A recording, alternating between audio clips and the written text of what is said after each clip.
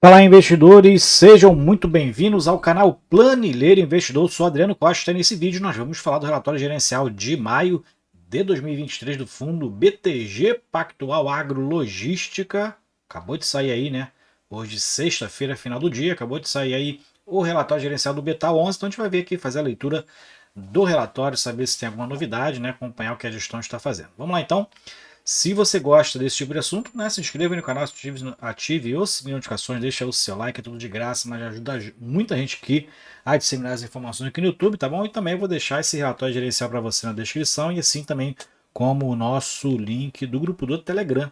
Se inscreva lá então em curta distância com outros investidores. Vamos lá então, Betal 11, então vamos ver como é que foi o desempenho do fundo, né?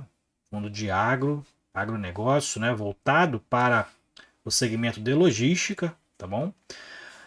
Então, o principal do fundo, o principal objetivo do fundo, para quem não conhece, né? Então, aquisição e construção de ativos de escoamento e armazenagem para toda a cadeia produtiva aí do agronegócio brasileiro. Então, o fundo aí atua num déficit hoje que o Brasil tem em relação à armazenagem e o escoamento, a logística em relação à sua produção, tá? Para exportação, até mesmo para dentro do Brasil. Então, o fundo procura investir nesse segmento que é escasso e é muito deficitário aqui no país. Principais características do fundo, item desde fevereiro de 2021, então ele surgiu antes da lei dos fiagros, por isso mesmo, de repente, que ele não é um fiagro, né? Ele é um fundo de investimento imobiliário do segmento do agronegócio, assim como outros que tem aí também no mercado, que surgiram antes dos fiagros, tá? Administração e custódia BTG Pactual, gestão também. Então tem aqui uma taxa de administração de 1,10% sobre o patrimônio líquido ou o valor de mercado. O valor de mercado ele vai se basear caso ele integre o IFIX, tá? Eu acho que ele integra o IFIX sim. Então está pagando 1,10 sobre o valor de mercado, que atualmente está em torno de 10% abaixo do valor patrimonial. E não tem taxa de performance, o fundo fez apenas uma emissão, né? E também aqui quase 6 milhões de cotas emitidas, código de negociação na Bolsa de Valores BTAL11, prazo indeterminado e é para investidores em geral, né? Característica dos fundos que a gente fala aqui no canal. Destaques financeiros. Então, mês de maio, o fundo encerrou aí com um valor de mercado de 527 milhões, valor de mercado por cota 82,20, 88,20, né? Atualmente está sendo negociada a 93 aproximadamente. Valor patrimonial 531 milhões, então abaixo aqui do valor de mercado no encerramento, e valor patrimonial por cota 105,50. Então mesmo aí sendo negociada abaixo dos 95, né? Está aproximadamente ali 10% abaixo do seu valor patrimonial. O rendimento mensal foi de 76 centavos nesse mês de maio, teve uma queda em relação aos meses anteriores, a gente vai ver o motivo aqui, provável motivo, né? Dividend yield do fundo anualizado 10,3%, tem mais de 43.800 cotistas, investidores, né? Eu não sou cotista do Beta 11, mas se você compartilhe com a gente aí, tá bom? Se você é cotista do Beta 11, qual o percentual que ele representa na sua carteira e prazo médio de vencimento aí dos contratos, né? O fundo tem alguns CRIs na carteira, mas a maioria eles são contratos mesmo, né, de locação, arrendamento, né? 9 anos é o prazo de vencimento médio desses contratos. Aqui a gente verifica o número de ativos que o fundo tem, são 11, sendo dois CRIs, né? A liquidez média no mercado secundário é 1 milhão. A liquidez média diária está no mercado secundário 1 milhão aí por dia em média. E os contratos 100% atípicos dos contratos dos imóveis, né, e capacidade estática, mais de 450 mil toneladas de armazenagem. A gente vai ver características desses imóveis, tá? Para quem não conhece, para quem acompanha, vamos ver aqui então quais são as notícias do fundo, comentários do gestor. A gente verifica que teve uma queda aqui dentro dos rendimentos do fundo, né? Então, segundo mês aí de queda. O fundo então teve uma receita estabilizada aí, uma receita bruta na verdade em maio de 85 centavos por cota, em torno de 5,1 milhões de reais, né? O resultado líquido foi de 4,5 milhões 76 centavos por cota. O fundo, inclusive, o rendimento anunciado foi integralmente aí distribuído. Fundo que vinha distribuindo 83 centavos aqui, mas os resultados sempre estiveram abaixo, né? Isso eu observava aqui dentro dos resultados, sempre estiveram abaixo aí da sua distribuição. O fundo muito tempo aí distribuindo caixa, né? E dentro do portfólio, a gente verifica que o fundo então manteve a estratégia aí de ter operações no mercado secundário de compra e venda de CRIs da carteira.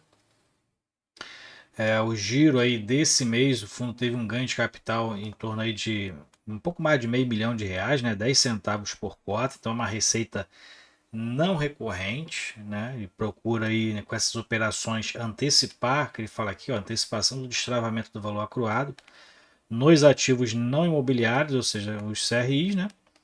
E essas operações, então, elas não podem ser consideradas recorrentes, porque é eventual que o fundo faz. A gente vai ver que fez nos últimos 3 meses, teve 2 meses aí que ele teve esse ganho de capital, tá? E mais para baixo aqui a gente vê o update no CRI Serpasa. Então, Serpasa aí provavelmente passando por algum tipo de problema de caixa, né? E o pagamento parcial aí dos juros de maio que houve, né? O pagamento parcial em maio.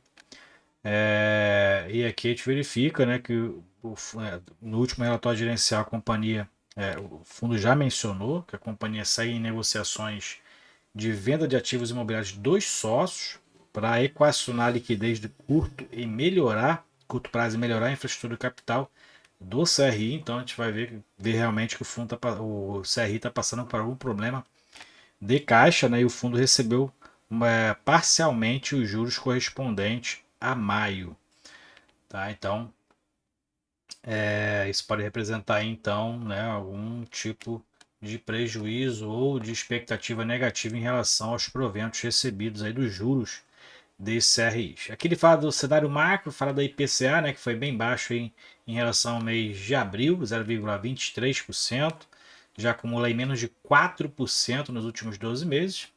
Tá? Então o IPCA ainda segue numa desaceleração.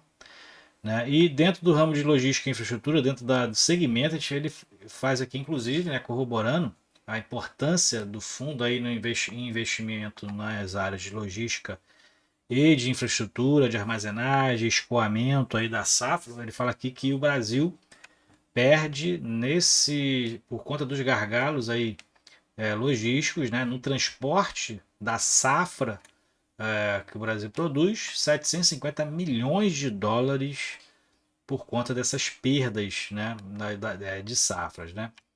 E também tem relação do escoamento, né, que aumenta o custo, né? O escoamento através de caminhões é 3 vezes mais caro do que o escoamento por ferrovias, que ele fala aqui, ó, e chega a ser 6 vezes mais caro do que o escoamento através das hidrovias.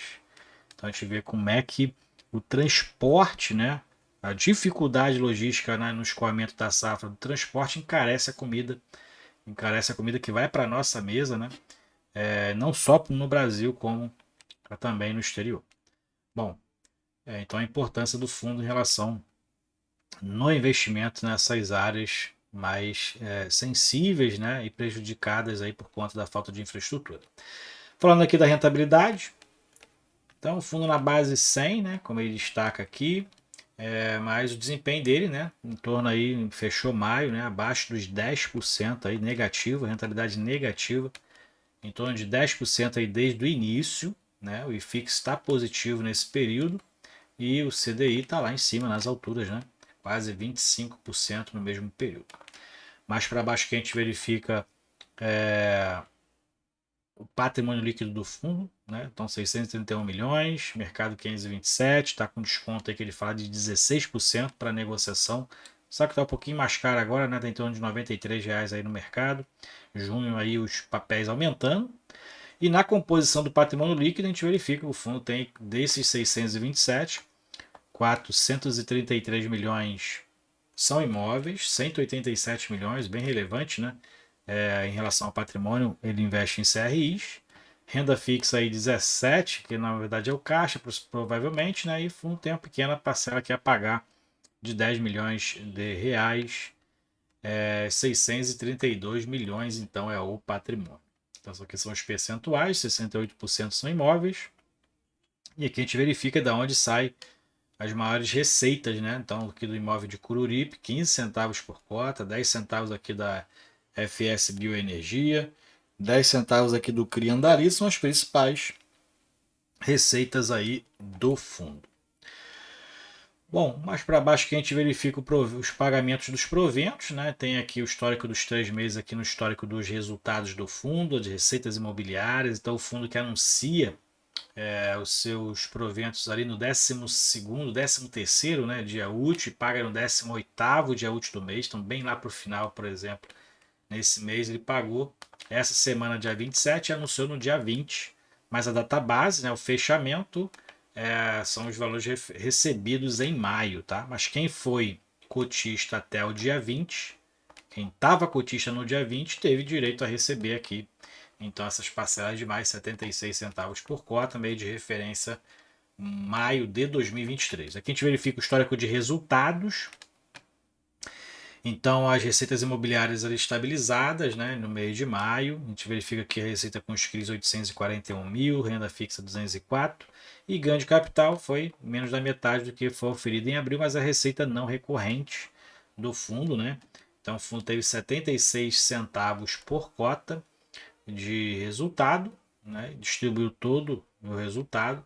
E a gente verifica que no ano de 2023 o fundo já distribuiu 102% do resultado, utilizando então o caixa não distribuído do fundo, né, para complementar os resultados de 2023. Então provavelmente não vai ter nenhuma surpresa aí de proventos muito altos agora no fechamento do semestre. A expectativa inclusive é que seja menor, né, ou se mantém pelo menos ali nos 76 centavos. O fundo ainda tem um resultado a distribuir de 12 centavos, só que isso aqui não é do semestre, né? Provavelmente não é do semestre, de todo o período da existência do fundo, então ele não tem a obrigatoriedade de distribuir, já que ele é obrigado a distribuir 95% do resultado semestral, e aqui ele já distribuiu 102%, né? Então está acima aí, inclusive, do total que ele oferiu de resultados, e o fundo tem a obrigatoriedade de distribuir 95%. Como isso aqui é não é um fiagro, né? O fiagro não tem esse percentual de obrigação, o FII tem, então ele se classifica como FII e ele tem essa obrigatoriedade, aí, segundo o artigo 10º, parágrafo único da Lei 8668. Bom, carteira de ativos. Então a gente verifica que os percentuais, né, os CRIs têm um percentual relevante, né, porque somam aí dois CRIs com um investimento bem considerável, né, quase 200 milhões, então representa 27% da carteira, e o restante, então, os imóveis aí do fundo, né, vamos dizer assim, e que tem maior participação aqui, né, com maior relevância em relação à receita, é o terminal de transbordo intermodal, 19% da receita. Em relação ao perfil do locatário, a gente verifica que tem aqui operador logístico, 33%, né, etanol de milho, 14%, revenda de insumo, 22%, e açúcar e álcool, 31%. Né? Inclusive, esses percentuais aqui dos perfis, né, você pode utilizar. Se você quer uma carteira, tem uma carteira aí de FIIs e FIAGs do agronegócio, você pode utilizar esses parâmetros aqui para não concentrar no mesmo tipo, né, de segmento, né, para não concentrar. Por exemplo, ele tem maior concentração em operador logístico e açúcar e álcool, então ele opera aqui na distribuição, né, dos insumos, dos produtos, né, então nos fiagros que você for investir, né, apesar que isso aqui ser um FII mais concentrado em relação a imóveis, né, mas para você diversificar em relação ao segmento, você pode utilizar também esse tipo aqui de análise. Em relação a contratos atípicos, 100% são contratos atípicos. Em relação ao indexador deles, né, da receita, 100% é IPCA. E o prazo médio de vencimento dos contratos é 9 anos, sendo que mais de 70% vence só a partir de 2031 até ali 2035, e tem um percentual de quase 20% que vence só depois de 2035. Tá? E o mês de reajuste, julho aí agora o próximo mês de reajuste, vai aumentar a receita aí em 18%. Na verdade, vai reajustar a receita, 18% da receita vai ser reajustada pelo IPCA, né, dos últimos meses, provavelmente vai pegar isso aí quase 4% de reajuste. Mais para baixo que a gente vê a carteira de ativos, então as localizações. Vou acelerar aqui então para você não ficar com um vídeo tão grande, tá? Então aqui a localização dos imóveis, né? Onde eles investem, inclusive fazem o investimento dos CRIs, né? Onde estão localizados esses créditos, né? Aqui está tudo especificando os prazos de vencimento, cap rate, né? Qual a empresa, qual o tipo de ativo, né? Qual o montante investido. Então tem todas as especificações aqui, tá? Inclusive a gente verifica aqui nas repetições, inclusive da Riedel, né? Ried, né? Tem 3 imóveis aí, Ried. Se não me engano, são 3. Vamos ver se tem mais um. Tem mais um aqui, 4, 5, né? Bem concentrado aí nessa empresa, né? Só que ali tem diversos segmentos, né? Complexo de sementes, centro de recebimento. Então tem essa diversificação, apesar de ser uma empresa só. Centro de recebimento, né? Então está concentrado mais nos centros de recebimento.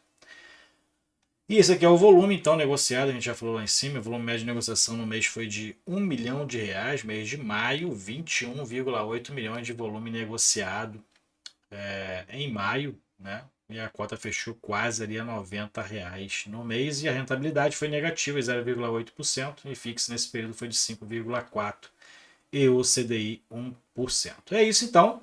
Esse é o relatório aí do Betal 11, atualizando aí vocês o que aconteceu, né, com o resultado, quais as expectativas para junho, né, do fechamento do semestre. Então a gente não tem a expectativa aí de realizar uma distribuição excepcional, deve manter ali o que tem sido feito até agora, se não manter os 76 ou próximo disso ali. Não, a meu ver, não vai ter nenhuma surpresa na distribuição, ok? É isso aí então, se você gostou do vídeo, deixe seu like, se inscreva no canal e compartilhe com a gente então aí se você é coach do Beta 11, como eu falei, eu não sou coach do Beta 11, mas é um fundo interessante para você diversificar aí, colocar um fundo de agronegócio que não seja de crédito, como a gente tem visto aí a maioria dos fiagros de crédito, você pode colocar aí um FII de agronegócio, né, que voltado aí para o setor de logística, ok? Então é isso aí, fiquem com Deus, até o próximo vídeo, tchau, tchau.